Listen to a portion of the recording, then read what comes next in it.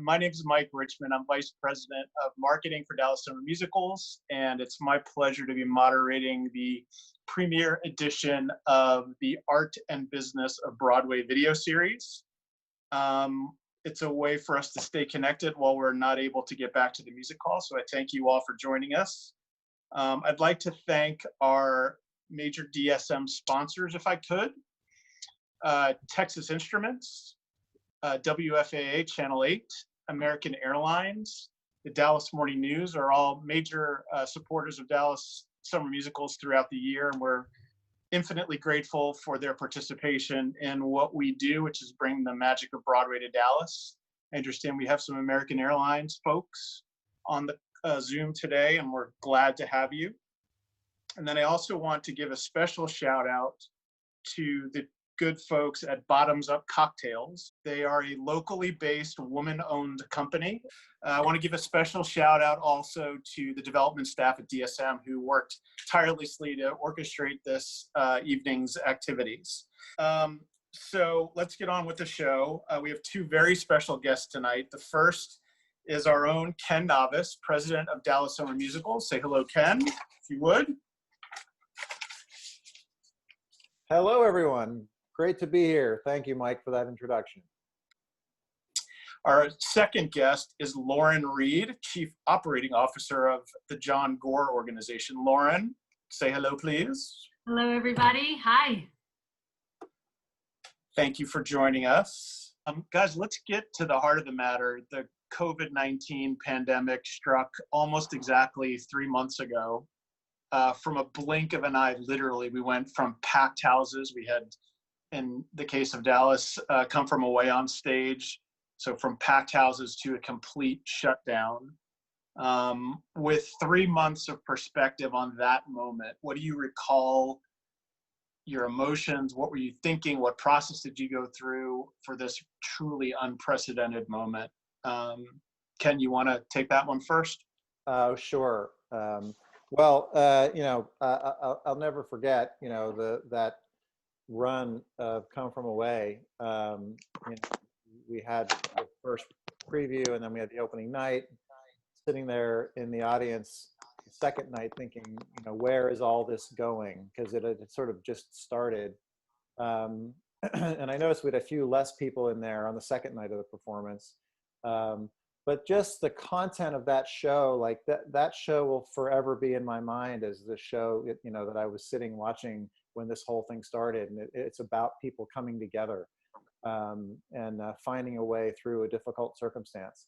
And then the next night, came to the theater just to see how things were going, and the audience was even less.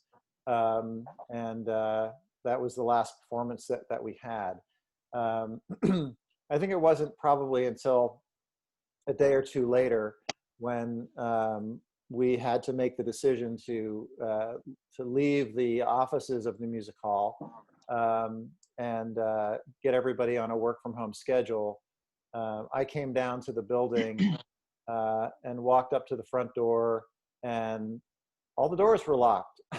And I had left my keys in my office. So I thought, well, I guess this is really happening. I looked around and then got my car and went home and turned on my computer. And then I've been doing that ever since. I think that the reality of it became clear relatively quickly, because we immediately got on Zoom calls with the DSM staff, as well as people, our friends at BAA and others, to talk about, how we're handling all of this. We initially, I think, had hope that, maybe we can get through this and have shows this summer. As the first few days and even few weeks went by, we realized that seems like it might be a bit of a stretch. And that's when we thought, okay, this is a big deal, and we have to find some way to get through this, specifically as it relates to DSM, to keep DSM engaged, to keep it engaged with its constituents, its audiences, its donors, its board, the city of Dallas. And that's where we turned our focus at that point. And from there, it went on to much deeper conversations about where we're going, how we're going to get through this period, and eventually into reopening and things like that, which I'm sure we'll get to later, Mike. Yeah, it actually came on, obviously came on immediately, but the reality of it sunk in pretty quickly for me, at least. Yeah. Lauren, what do you recall about that mid-March episode? Interestingly enough, it was actually earlier for me. We happen to have a Broadway series out in Seattle and in Portland. I don't know if you recall, but at the end of February, actually the epicenter was Seattle, and the virus was there. And I was just hoping to get through the multi-week production of Frozen, which we had in the building at the time. And by the skin of our teeth, we did. And I thought, well, as soon as we get the show out, Seattle's on lockdown, it's going to be fine. We got the show somehow to Portland. We're in the middle of performances in Portland, only to have it shut down. And I thought, this is kind of crazy. At the same time, I'm trying to tell all of our friends in New York what's going on in Seattle, and it's on the news, but not as big as it was playing out west. And I remember sitting in the Broadway League office, which is right in the heart of Times Square, at the board table with the theater owners of the big, all of the 30 some odd Broadway theaters, and actually the producers of some of the shows, and saying, this doesn't look good. We've got a decision to make. And we were in conversation with actually the governor's office, Governor Cuomo's office at the time. And on March 12th, which was a Thursday, at about 2:00, while we were sitting around the table, the governor called and said, you got to shut it down. And we were all happy to do that. We felt like that was what was safe and responsible for our cast and crew and our audiences. But if you think about it, it's a Thursday, it's 2:00. We have a show. Many shows actually on Thursdays now start at 7. So the call for the cast is at 5:00. So all of the producers had to leave the building and leave that board table with little information to go let all of the shows know that Broadway was shuttered. And it got a little complicated because it just so happened that very evening was also the opening of, has anyone heard of the new musical Six? Big hit in London.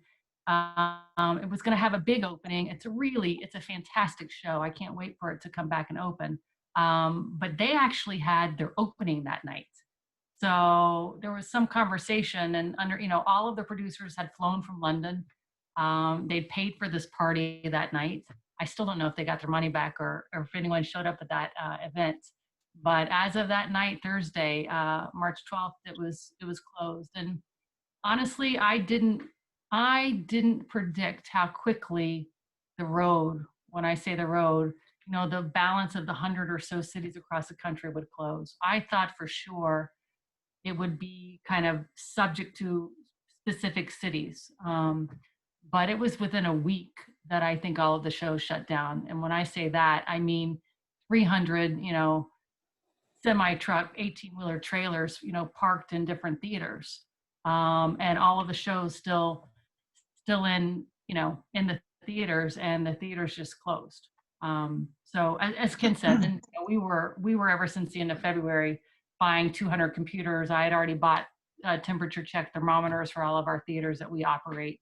We had prepared as if it was going to happen, but I surely didn't think it would, like it did, and as quickly as it did.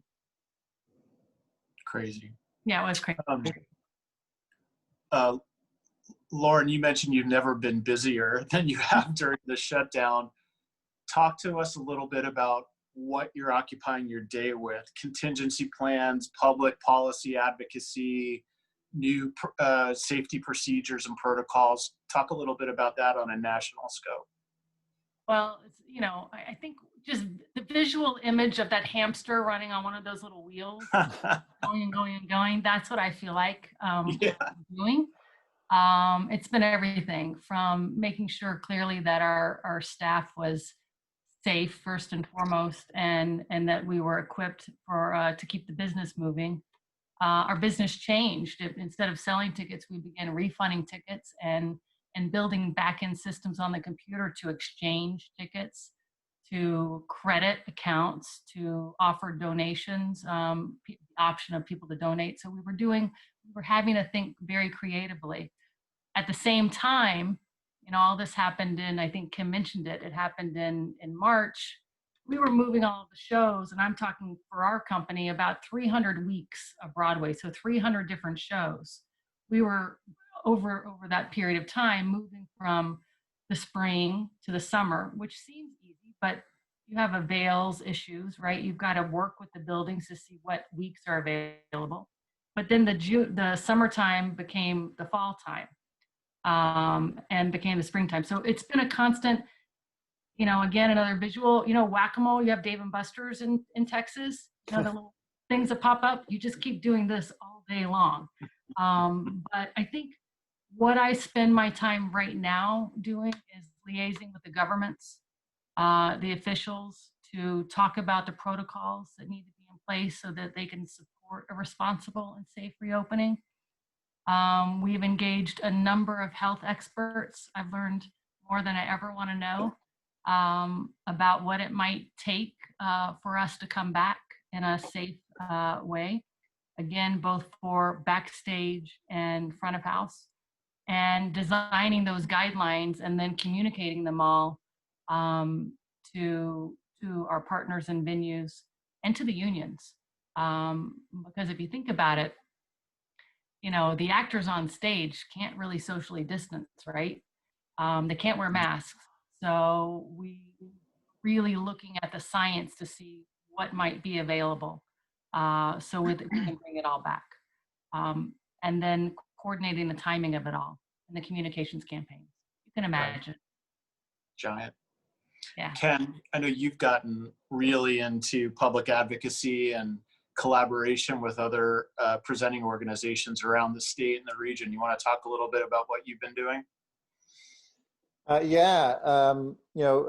Initially for DSM, we were dealing with a lot of the things that Lauren talked about, but on a micro level, on our local level. So, we had the whole team working to communicate to audiences about shows, what to do with your tickets. There was so many questions about,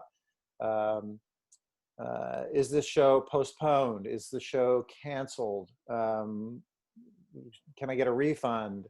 The amount of communication that had to come out of the organization to address all the topics that Lauren was mentioning on a national scale, we were dealing with on the local scale, and with audiences and donors and what have you.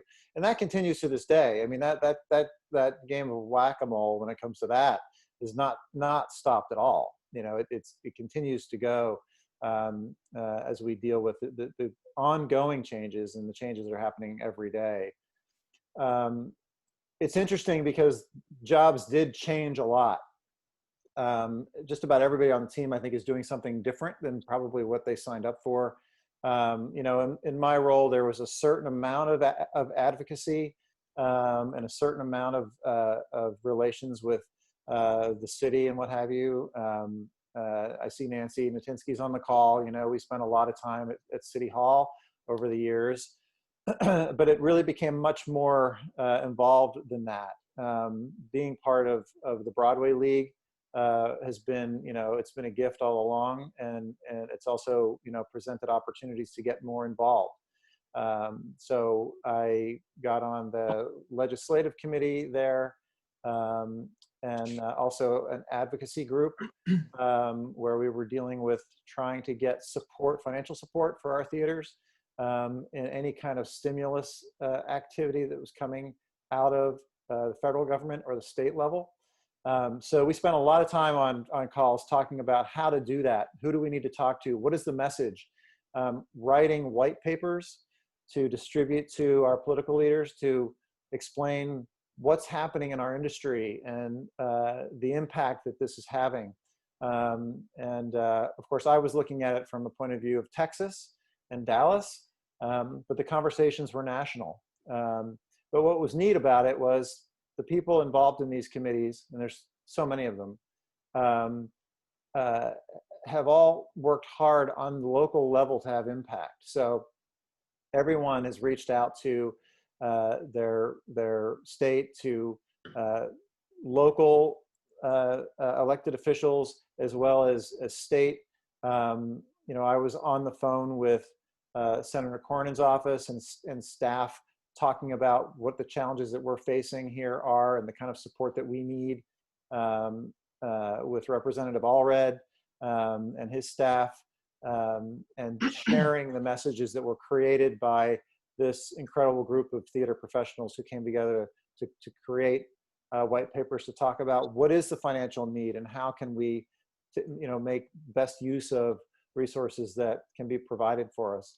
The payroll protection program was a big change for us. We knew that we would need to do some things to save some money as an organization that involved the staff. And, you know, we've got incredible people on our team, and we don't want to lose anybody. And we were very lucky that we acted quickly and were able to get a loan through the PPP program. And that was really helpful to us in terms of keeping our people employed. You know, one of the things that's important for DSM is, it's in our strategic plan, is this idea of having a high functioning board and a high functioning staff. And we have done that in a great degree. Our staff is functioning at a very high level, and we didn't want to have to say goodbye to those people anytime soon. So the advocacy work that was done, and the awareness that we had of that program through that work really enabled us to get out there quickly and get one of the first loans that was available.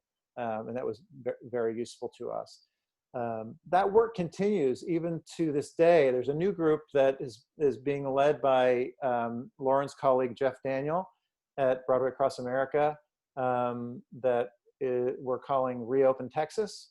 And I'm on that group with representatives from Fort Worth, San Antonio, Austin, Houston, Nashville, to put together a reopening plan. We were lucky enough through our colleague Dion Kennedy at Bass Hall to have a direct line to the governor's office. And so we were tasked with putting together a reopening plan for Texas theaters. And we are currently working on that right now, with a goal of trying to get some opportunity to come back to Broadway. We were, you know, as Lauren mentioned, you know, for Broadway to play, it's got to play full houses. It's got to play to 100% capacity. So a 50% capacity is not particularly useful for us. So we're working on a plan to, how do we do that? How do we communicate to the governor what's important, and then from there to the county and to the city, what's important to us in terms of what we need to have Broadway come back and what the timing should look like. Turns out, interestingly enough, and I don't want to belabor this point too much, but Lauren mentioned medical professionals. You know, obviously we do believe that the health and safety of our staff and our audiences is vital in this. And it turns out that one of my neighbors here in Lakewood, just outside of Dallas, is the chair of the advisory board of the CDC, and also ran health services for the state of Texas for about 8 years. His name's Eduardo Sanchez, and he worked under Governor Perry. You may know him, Dave. But we brought Eduardo into the conversation just this week, and it was very interesting to have the group of us as theater professionals listening to this guy that's got this incredible background talk about, you know, what are the benchmarks that we should look for as we go through our plan to reopen our theaters at 100% capacity in time for an opening in December. How do we do that? How would we move forward with things like contact tracing? I didn't even know what that phrase meant a few months ago.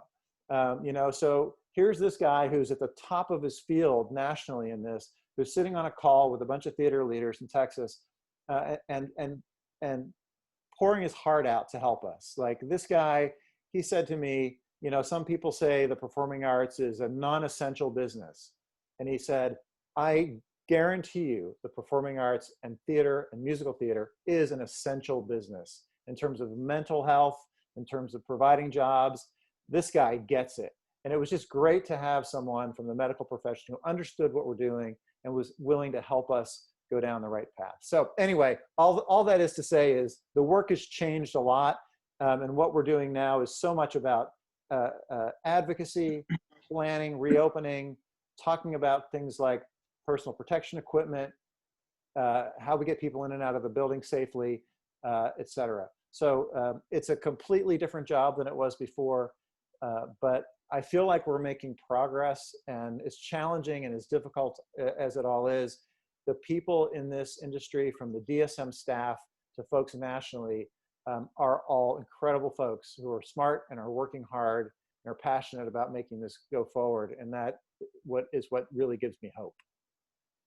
When you pursued a career in professional arts management, did you ever imagine you'd be interviewing and hiring an industrial hygienist to join your team?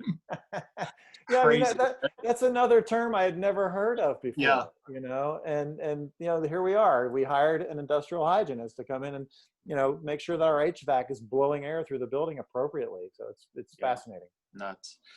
Just a reminder to everybody, we're getting close to the Q&A portion. So if you have a question, please put it into the chat on the Zoom call. So I want to put you both on the spot, and acknowledging that this is complete speculation because there are literally hundreds of variables. What's your best prediction for when we'll be back, and what are the key things that you think will have to happen before that happens? Lauren, you want to take that one? Sure. I think there has to be some testing and tracing available for this is short of a vaccine. We're going to need to be able to provide and get testing, rapid testing, and do that on a pretty routine basis. And clearly all of the protocols of the buildings. But I think that that's possible. There's been incredible progress already on all fronts. And so I would venture to guess, I think New York's a little more complicated. I think New York starts up in the spring. And if I had to guess, and so not through the end of this year, and they'll probably, if they're, probably wait until the winter, which is not a great period of time for Broadway anyway.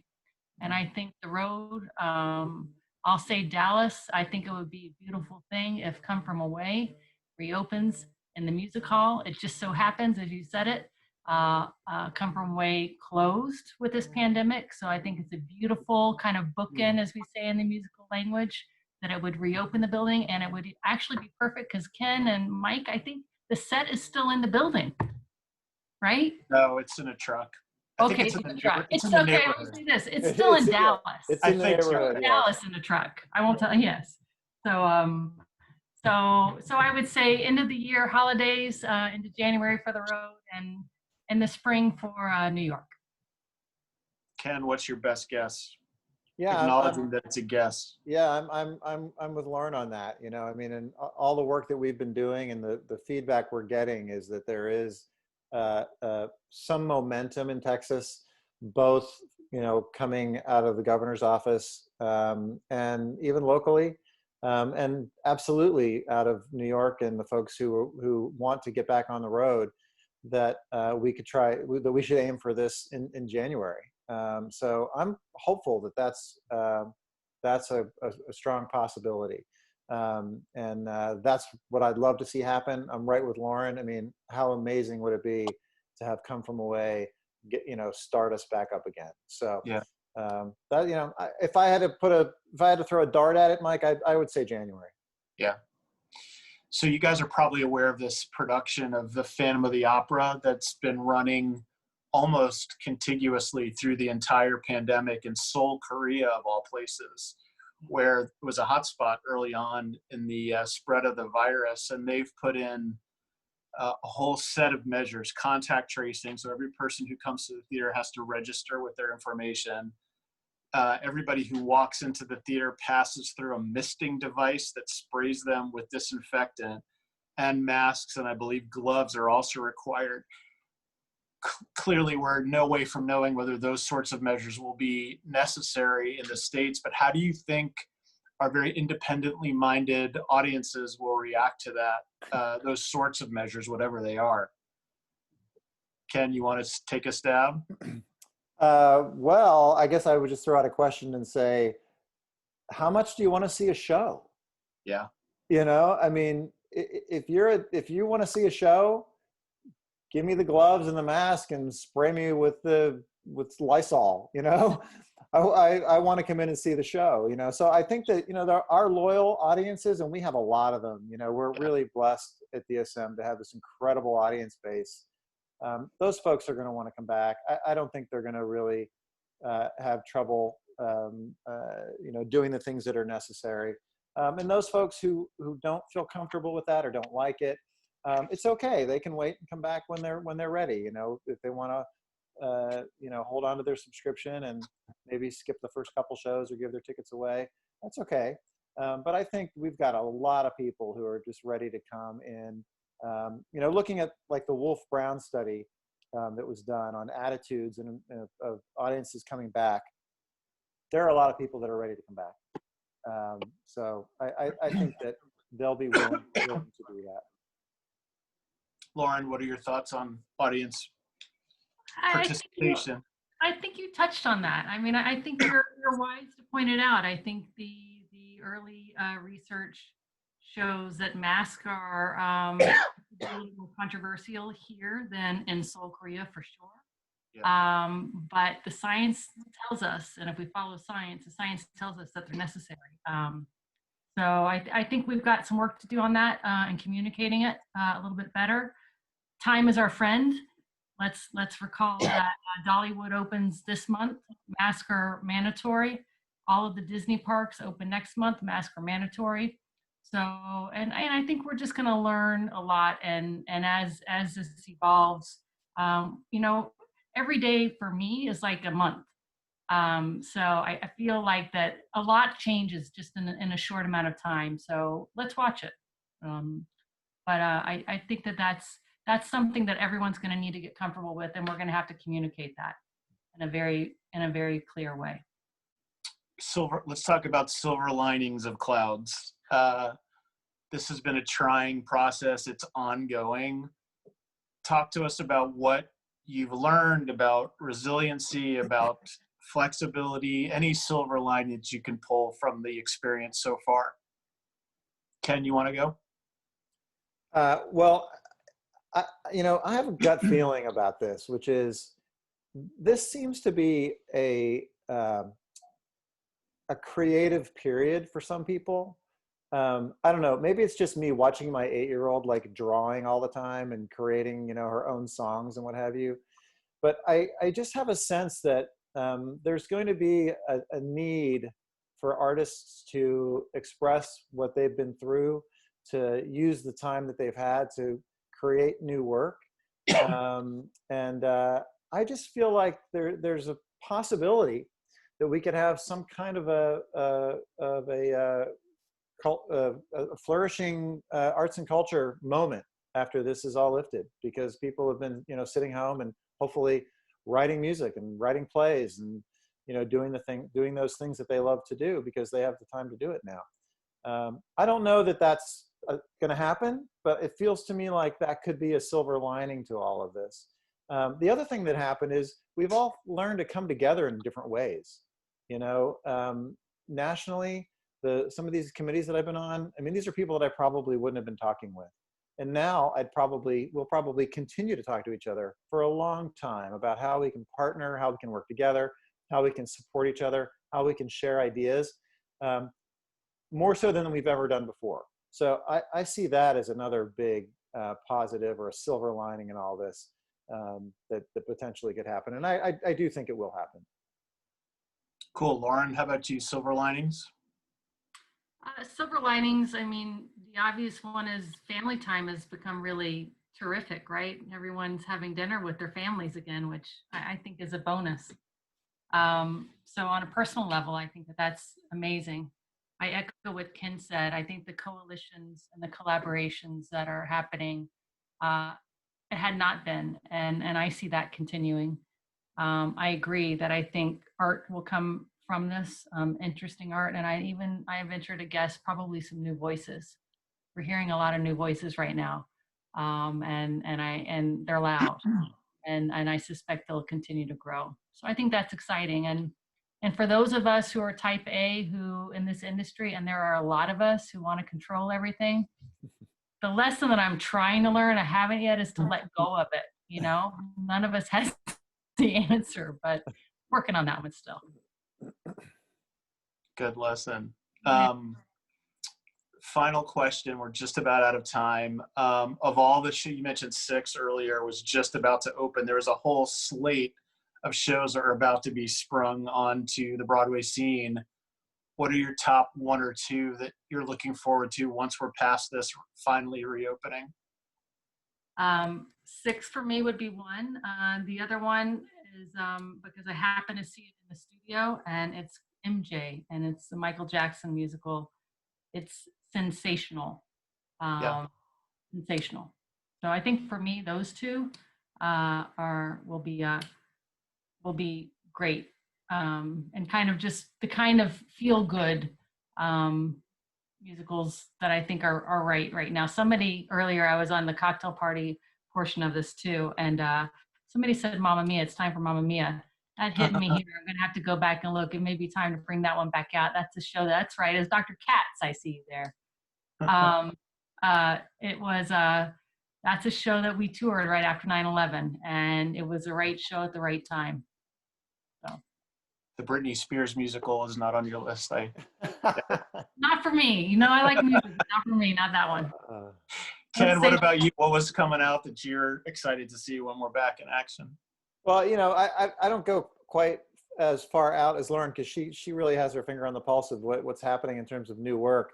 All I can say is I've been waiting for Hadestown to come out onto the road.